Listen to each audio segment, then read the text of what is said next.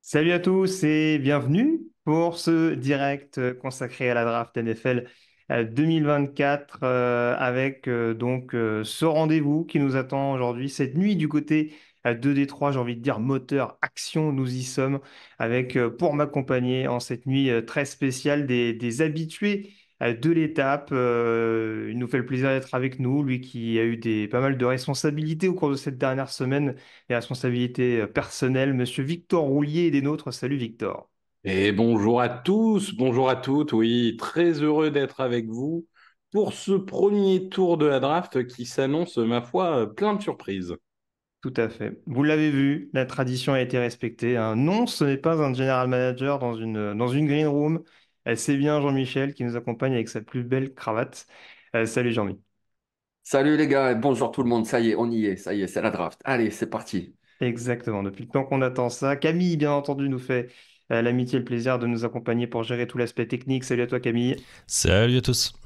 Et j'en profite également pour vous saluer sur le chat. Vous êtes déjà plus de 240 à être avec nous à 1h30 du matin. On est donc à un peu plus d'une demi-heure du début des hostilités, hein. On le rappelle, c'est censé démarrer à 2h du matin aux États-Unis, mais il y aura forcément un petit temps de latence, voilà, une petite mise en bouche, une petite préparation mentale, on dira, pour notamment les fans sur place, avec notamment George Goodell qui saluera tout son petit monde, qui dira bah, bientôt telle équipe va sélectionner.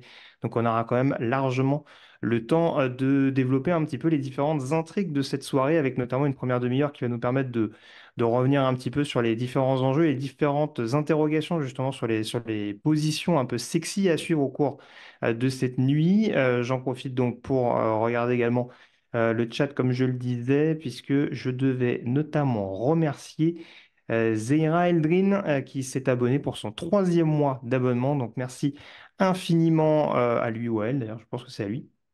Je ne veux pas m'avancer. Et puis encore une fois, je vous remercie donc vous qui étiez très nombreux. J'ai notamment du Romanitou 62 sur le chat, du Dr Good, Jacques The Riddler 57, Huckpin. Enfin voilà, vous êtes très très nombreux et on vous espère très très nombreux au cours de cette nuit à venir avec encore une fois beaucoup d'interrogations, messieurs. Ça va me permettre d'ailleurs de lancer un petit peu dès à présent les hostilités concernant les choses qui vont forcément nous passionner au cours de cette nuit et de cette édition 2024, c'est notamment la situation autour des quarterbacks, puisque, on le rappelle, hein, ça va, comme chaque année, être un élément à suivre. Il y a beaucoup d'équipes d'ailleurs avec des besoins de quarterbacks cette saison, notamment des équipes très haut placées dans cette draft, et donc ça nous promet un top 10 assez animé. Petit rappel, messieurs, on va planter un petit peu le décor rapidement avec notamment donc les principaux quarterbacks qui nous intéressent. N'hésitez pas à reconsulter éventuellement, pour peu le temps qui reste, l'émission qu'on avait fait avec Alain mardi et Niti sur les différents enjeux, déjà les questions aux experts. On passait notamment en revue pas mal de ces joueurs. On a donc Caleb Williams et Jaden Daniels, respectivement, de USC et d'LSU, hein, les deux derniers meilleurs joueurs universitaires de la saison en college football, notamment connus pour leur créativité et leur mobilité. On a également Drake May et son très bon bras. On a JJ McCarthy, la force tranquille. Et puis on a également Michael Penix et son go-go gadget au bras gauche et Bonix, le chef d'orchestre de l'équipe d'Oregon ces dernières années. Alors première question, messieurs, peut-être pour lancer un petit peu les hostilités, on va faire beaucoup de comparatifs un petit peu pour contextualiser vis-à-vis des auditeurs ou des webstateurs, je ne sais pas si on dit ça comme ça. Et puis c'est important de recontextualiser, n'est-ce pas Victor? Vu Exactement. qu'apparemment c'est un de mes tics de langage préférés. Messieurs, tout d'abord, peut-être rappeler un petit peu le niveau de cette classe de quarterback, hein, puisque, je le disais, on a donc pas mal de joueurs potentiellement sélectionnables. Si on compare notamment, alors j'ai regardé notamment sur les deux dernières saisons, puisqu'on avait en 2022 Bryce Young, CJ Stroud, Anthony Richardson, Will Levis, Hendon Hooker, faut-il le rappeler. Pour la blague, j'ai quand même mis la draft 2021 également, avec Kenny Pickett, Desmond Reader, Malik Willis, Matt Corral et Bailey Zappi. Messieurs, où vous situeriez cette classe, si vous deviez faire un classement 1, 2, 3, éventuellement, on s'y situerait cette classe de quarterback à vos yeux?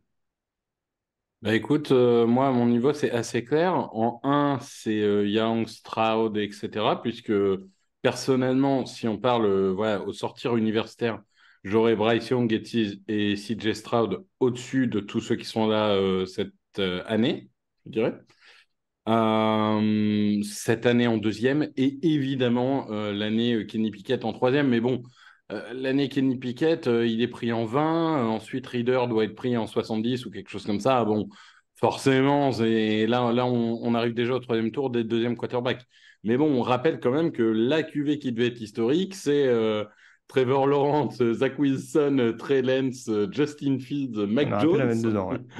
Voilà, donc on rappelle que pour moi, ça, c'est vraiment censé être la draft d'histoire, mais bon. Donc voilà, non, j'ai quand même Young et Stroud au-dessus de tout ce qu'on a aujourd'hui.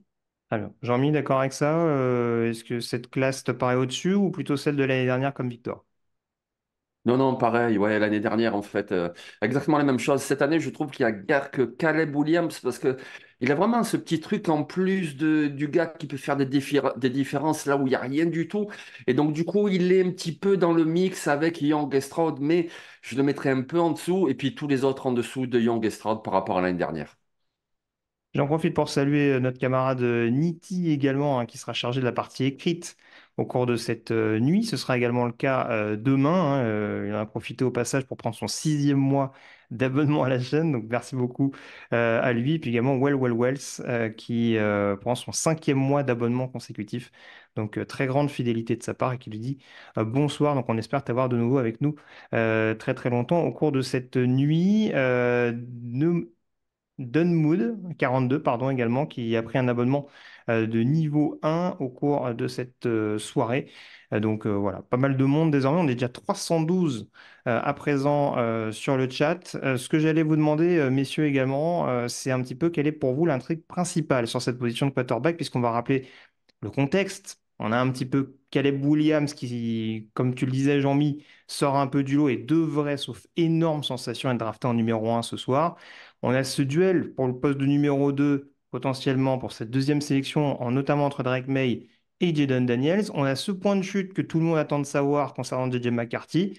Et on a un peu l'incertitude sur la position, voire pourquoi pas le tour, où seraient sélectionnés Bonix et Michael Penix. Parmi toutes ces intrigues-là, laquelle retient le plus votre attention? Celle que vous allez suivre le plus particulièrement, Jean-Mi. Moi, c'est la situation entre Drake May et Gigi McCarthy, parce que j'ai l'impression que les deux premiers, c'est quasiment fait. On va dire que Caleb Williams, c'est fait. Jaden Daniel, on serait tous très surpris s'il partait pas en numéro 2. Mais ensuite, entre 3 et 4, voilà, là, c'est vraiment très ouvert. Évidemment, ensuite, ça va être intéressant de voir si Michael Penix et Bonix arrivent au premier tour. Mais déjà dans le top 5, voir qui de Drake May et de Gigi McCarthy, c'est pas si sûr que ce soit l'un ou que l'autre. Donc, moi, c'est surtout celle-là déjà. Victor? Oui, bon, déjà, je suis assez d'accord que tous les indicateurs partent sur Jayden Daniels numéro 2. Je reste quand même toujours sceptique. J'arrive toujours pas à comprendre pourquoi il est incontestable numéro 2, mais ça, on pourra en reparler. Non, l'intrigue principale, c'est J.J. McCarthy, hein. C'est un joueur dont on a déjà quand même beaucoup parlé, que ce soit dans des émissions de préparation ou autres.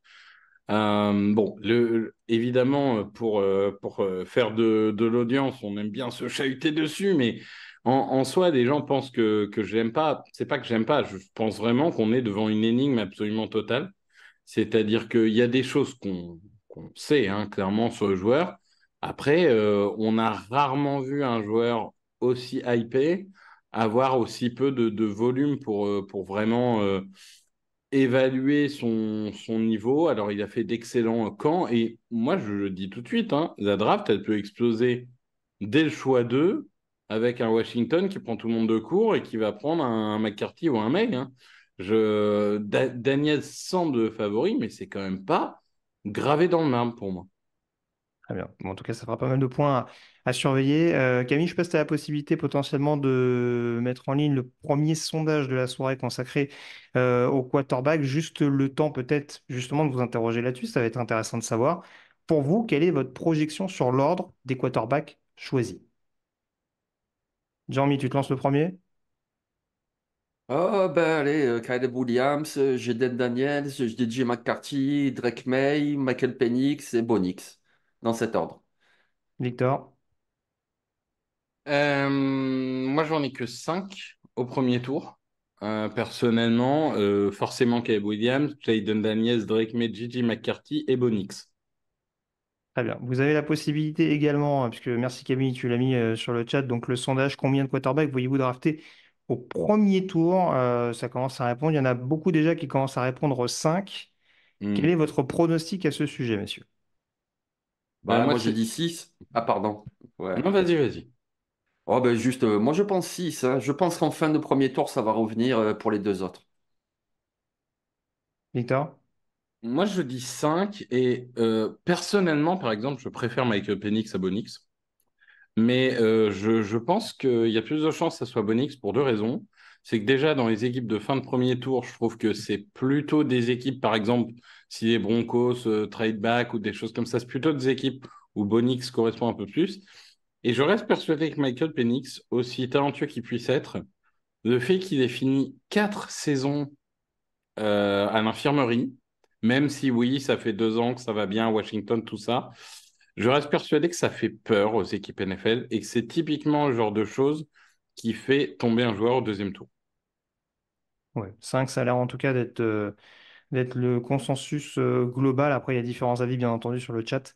Mais en tout cas, il y a un vote qui se détache assez nettement pour potentiellement 5 quarterbacks et peut-être en effet un sixième, par exemple en début de deuxième tour, si en effet il y a ces petites interrogations sur notamment Unix ou Penix dont vous parliez. Je remercie également pour les abonnements Longin.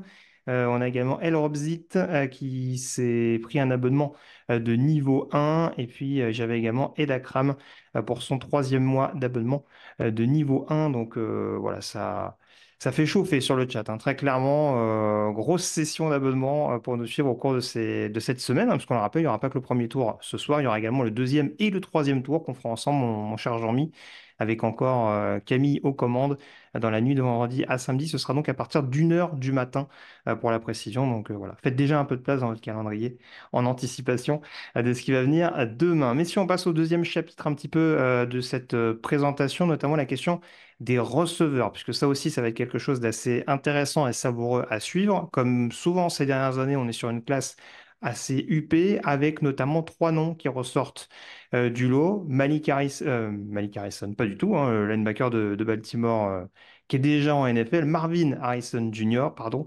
Et donc, sa capacité de tracé extrêmement déroutante. Malik Neighbors et son explosivité après réception. Rome Odunze et son catch radius, comme on dit, sa capacité à catcher des ballons en homme. C'est les trois principaux hommes qui semblent en mesure potentiellement d'être sélectionnés dans le top 10. En tout cas, ils reviennent dans beaucoup, beaucoup de mocks. Et ça nous incite, pardon, à comparer un petit peu ce qui était fait sur les précédentes classes. On a justement eu trois receveurs sélectionnés dans le top 10 ou plus ou moins, à savoir notamment les classes 2017, 2021 et 2022. On voyait que ça arrive quand même assez souvent ces dernières années. En 2022, on avait Drake London, Garrett Wilson, Chris Olave. En 2021, Jamar Chase, Jalen Waddle et Devonta Smith.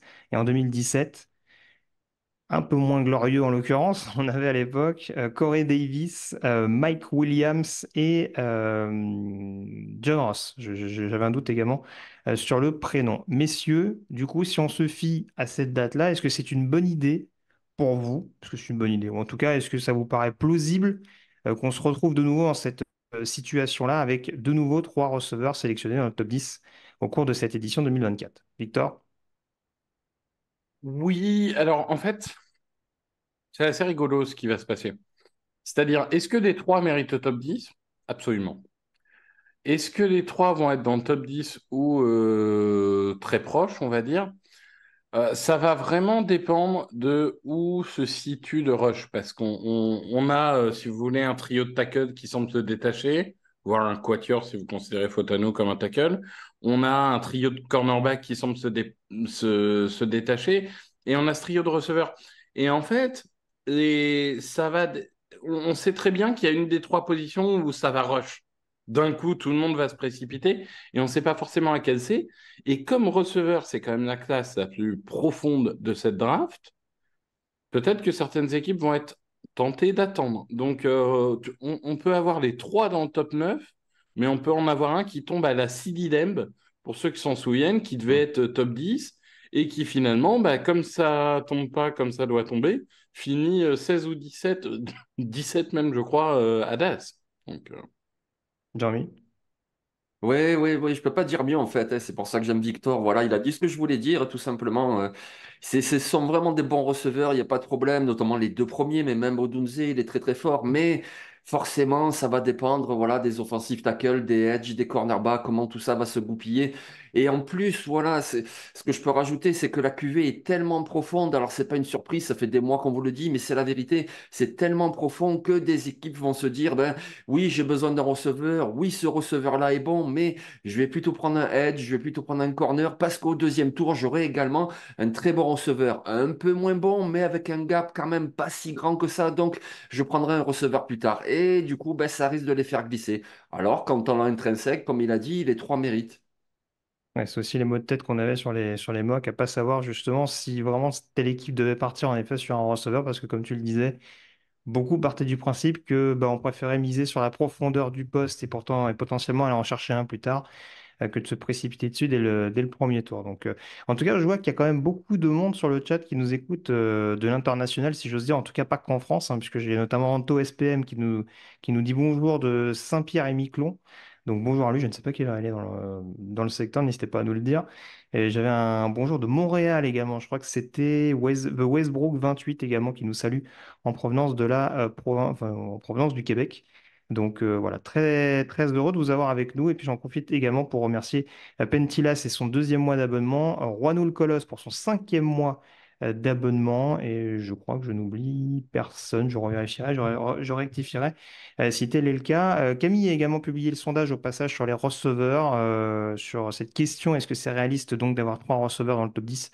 Globalement, vous étiez assez favorable, en tout cas positif sur l'éventualité d'avoir en effet trois receveurs dans le top 10. Donc on reste quand même sur cette projection assez flatteuse en faveur des receveurs. On est donc à un quart d'heure du lancement officiel des hostilités dans la draft. On va en profiter pour faire un premier fil rouge, messieurs, concernant les candidats à un trade-up. On a identifié donc trois équipes qui peuvent potentiellement être les plus susceptibles de monter dans ce premier tour. Et on va commencer notamment, Victor, par ta sélection, à savoir les Washington Commanders. Pourquoi, selon toi, Washington peut monter? alors oui, quand je dis Washington Commanders, évidemment, je n'attends pas à ce qu'ils montent en numéro un, parce que là pour le coup, ce serait évidemment la surprise absolue, hein. Mais qui monte du Euh, deuxième au premier tour. mais qui monte du deuxième au premier, parce qu'il faut savoir il y a deux équipes qui ont un nombre de pics absolument démentiel. C'est Washington et c'est Arizona. Washington, ils ont aujourd'hui le 36, 40, 67, 78 et le 100. Je pense vraiment que c'est une équipe. Il y a un nouveau propriétaire.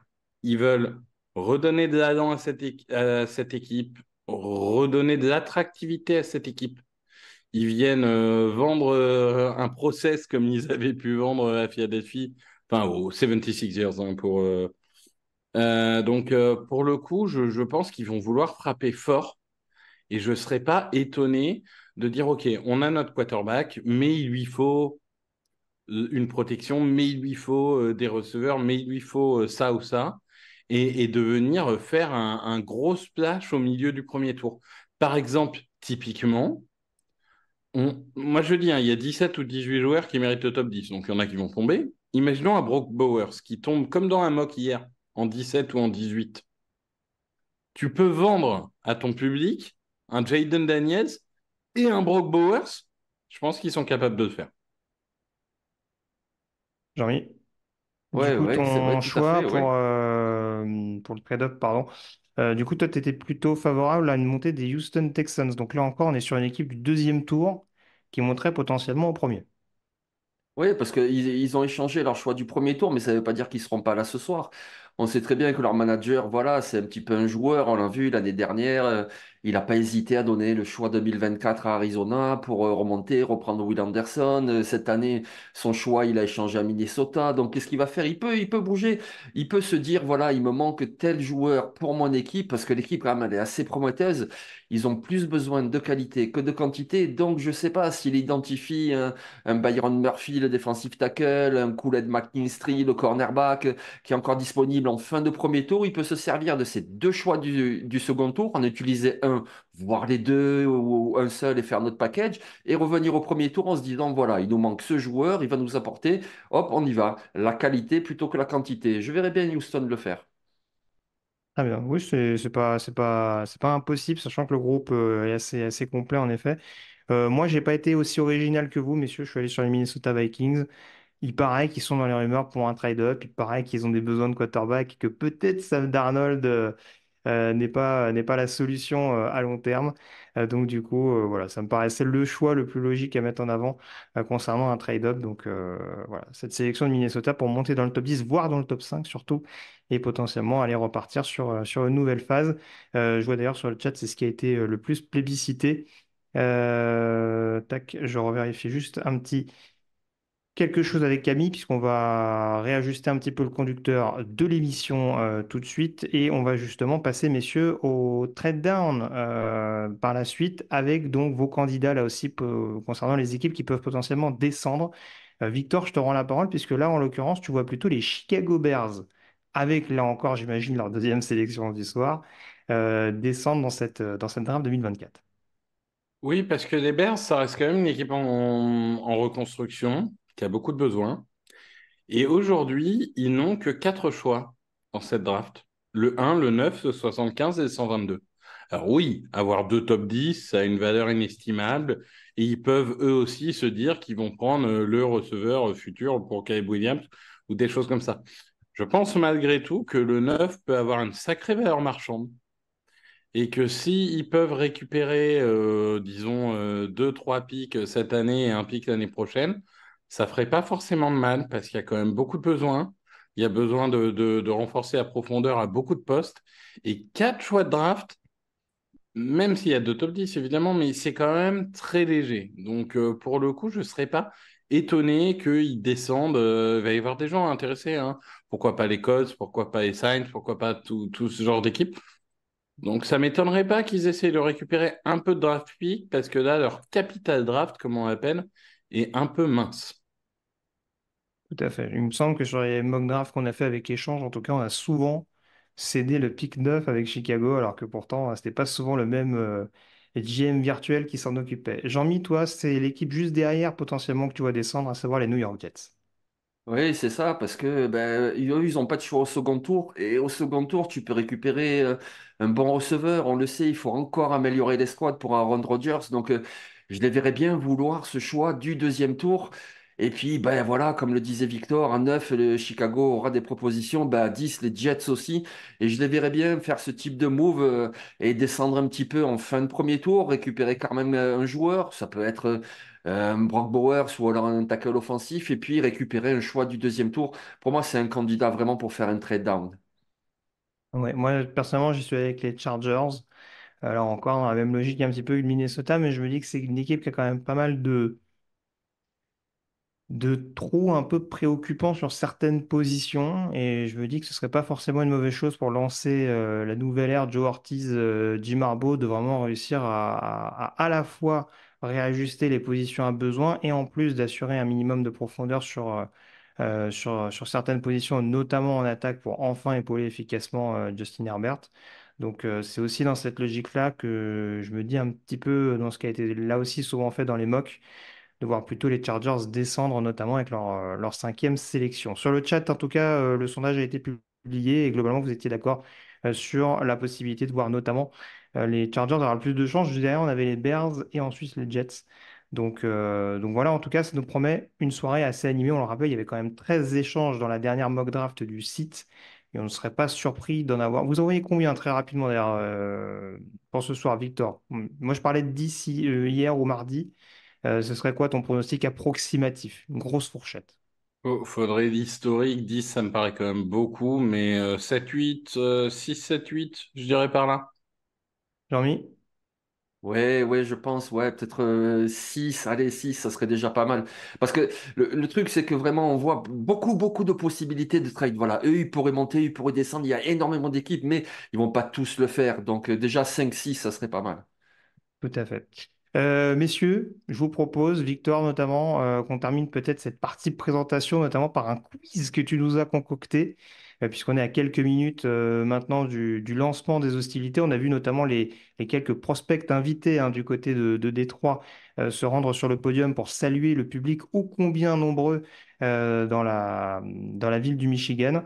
Donc, bah, on t'écoute. Dis-nous un petit peu, donne-nous un petit peu tes questions un peu saugrenues, parce que j'ai cru comprendre qu'il y avait quelques questions un peu atypiques te caractérisant bien. Donc, on t'écoute concernant ce quiz lié à la draft en général, a priori. Oui, alors tout d'abord, je vais quand même, et je parle sous le contrôle de Camille qui maîtrise ça mieux que moi, mais normalement, si vous êtes sur votre écran, vous avez un petit onglet qui s'est ouvert, un petit carré sur lequel vous pouvez cliquer, qui s'appelle Quiz Kit. Et du coup, on va vous laisser quand même peut-être une trentaine ou de secondes ou une minute pour pouvoir vous connecter à l'outil. Je le fais moi-même en direct, voir si ça marche. Ah, Tac, ça y est, tac, je l'ai, a tac. Oui, moi aussi pour le coup. priori. Bon, évidemment, je ne vais pas le faire pour ma part, puisque j'ai déjà les questions. Donc, les questions à chaque fois, c'est quatre réponses. Si je ne dis pas de bêtises, Camille, dans le calcul des points de QuizKit, il y a et le fait d'avoir la bonne réponse forcément, mais aussi de temps de réponse, c'est ça? C'est ça, tout à fait. Et je crois que vaut mieux ne pas répondre que répondre faux rapidement. Enfin, plus vous répondez vite faux aussi, je crois que ça perd des points.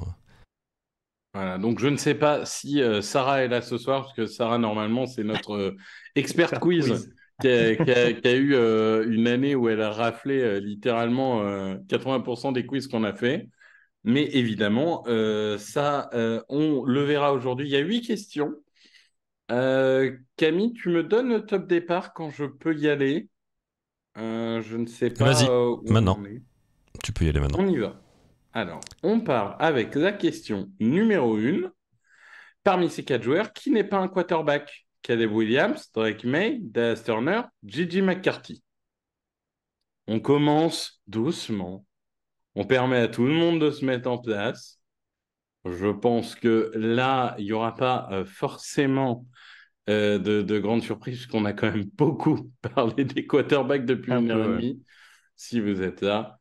Donc, évidemment, le joueur qui n'était pas un quarterback, j'attends que ça s'affiche, parce qu'on est toujours à 0. Tac, tac, tac. Voilà, c'est Dallas Turner qui est évidemment un edge rusher. On aura l'occasion d'en parler puisque lui aussi est candidat au top 10. La deuxième question. Quel tight end n'a pas été sélectionné dans le top 10? TJ Hawkinson, George Kittle, Kyle Pitts ou Vernon Davis? Là encore, on est sur des questions de chauffe. Normalement, c'est un tout petit peu plus difficile, je pense, parce que forcément, il faut suivre la draft. Mais il y a un joueur quand même qui est connu pour avoir été sélectionné assez tard. C'était un Ah, et puis il y a du tight cinquième tour, il y a du tight end générationnel là-dedans, quand même. évidemment. Évidemment, je crois que c'était au cinquième tour. J'ai oublié de vérifier. Et la réponse était tatatam, tatam, tatam. George Kittle. Et oui, puisque c'est fin de draft pour lui. Hawkinson, c'était huitième, si je ne dis pas de bêtises. Pitts, c'était quatrième.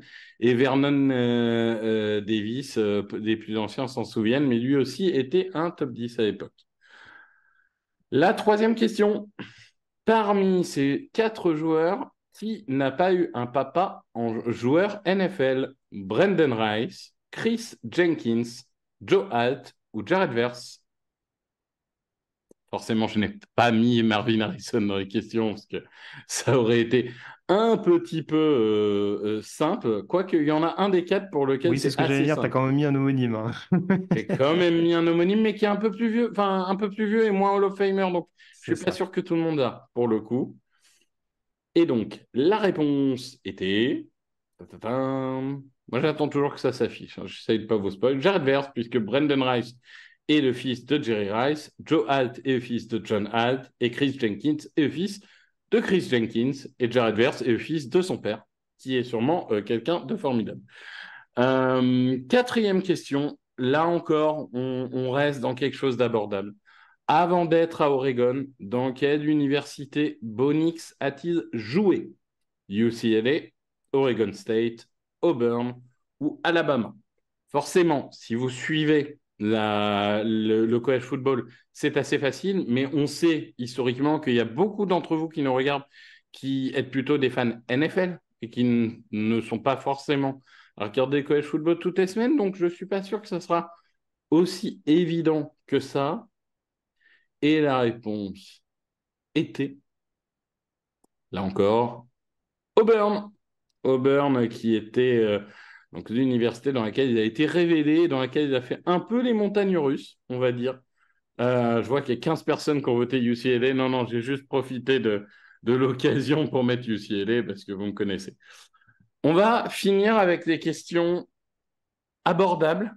Avec la cinquième, quel receveur a eu le plus de yards en 2023 en réception en college football?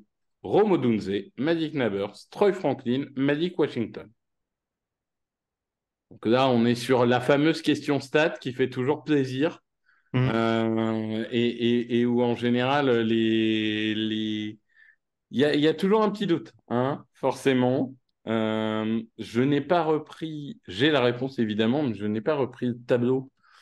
Je vais le reprendre tout de suite. Et la réponse était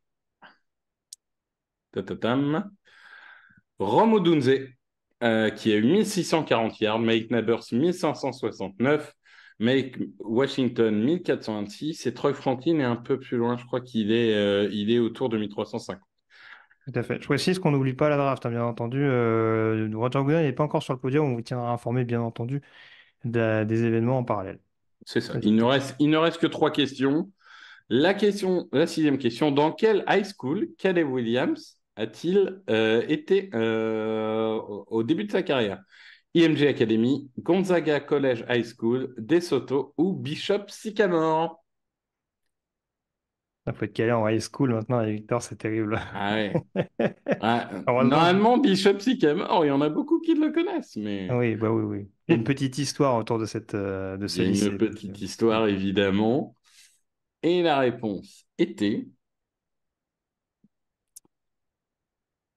Ça va sonner basket universitaire, puisque la réponse était Gonzaga. La réponse était Gonzaga, Bishop Sycamore, évidemment. Si vous n'avez pas suivi l'histoire, allez voir, parce que c'est un scam de ESPN assez connu. On arrive dans les 2 dernières questions, mes préférées. Quelle est la dernière année où les Bears ont obtenu le premier choix de la draft? 1937, 47, 57, 67. Ouf. Alors ça finit Ah, par 7. Voilà, si c'est je peux vous moche. donner un indice. Ah, franchement, c'est moche. Évidemment. On n'était pas nés, normalement, sauf, Non, même moi. Non, à ce qui non. était surpris. Même Jean n'y était pas né, c'est vous dire. Et la réponse était... Tac, tac, tac.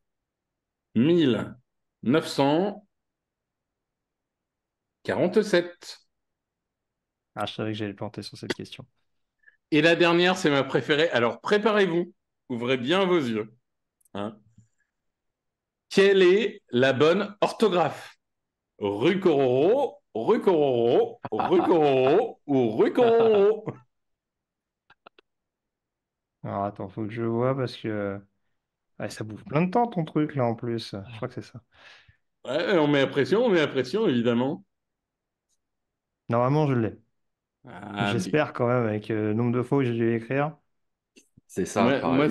c'est la question qui m'a fait plaisir. Je me suis dit que ça allait faire J'ai péter l'impression des d'être au Hard câbles. Rock Café pour les directs de TDA C'est chaque ça. année où on fait une question orthographe. Exactement, exactement. La quatrième en bas, non? À droite. Et donc la réponse, c'était la quatrième, parce que il n'y a pas de H dans le prénom, donc ça a enlevé la première et la troisième. Et le nom de famille commence bien par un O et pas par un H. Et du coup, ça ne laissait que la quatrième. Bravo à tous. Et je ne sais pas si on peut avoir les résultats, Camille, sur le grand vainqueur de ce classement. Oh, j'arrive pas à lire, moi je suis Eh sur ben, le Zoom. notre vainqueur est Yellow92, un certain Yellow92. Ah Voilà. non. Bon, on va Quel pas joujou, compter le gars, Yellow hein. 92, qui pourtant s'est planté sur Chicago, mais C'est il doit ça. pas être seul. Et Donc le notre deux... vainqueur est Zinku. C'est Voilà. ça. Zinku, Boussaviola, Rob 3719 et Niti Nito. C'est Niti ça aussi? Je crois que c'est Niti. Ah bah écoutez, c'est pour ça qu'on est Au moins, évidemment vous voyez des... qu'on a fait nos devoirs avant la draft, hein. Vous pouvez pas dire le contraire, hein. Exactement. Mais donc Zinku, oui, c'est toi le vainqueur. Officiellement, tu es couronné. Bravo, bravo à toi. Ah, bah, Euh, merci. Tu voulais rajouter quelque chose? non, non, non, non, je te redonner la parole puisque la draft va commencer avec Roger Goodell. Tout à fait. Merci infiniment en tout cas, Victor, pour pour ce quiz en effet qui nous aura fait quelques petites piqûres de rappel. Ce que je te propose, Camille, du coup, on fait une petite coupure, on lance le générique et on se retrouve dans quelques secondes à peine, notamment pour se lancer dans le vif du sujet. Les Bears, à l'instant où on parle, ne sont pas officiellement sur l'horloge. Ça ne devrait pas tarder à intervenir, mais donc on se fait une petite coupure et on se retrouve dans quelques secondes pour commenter tout ça ensemble. À tout de suite.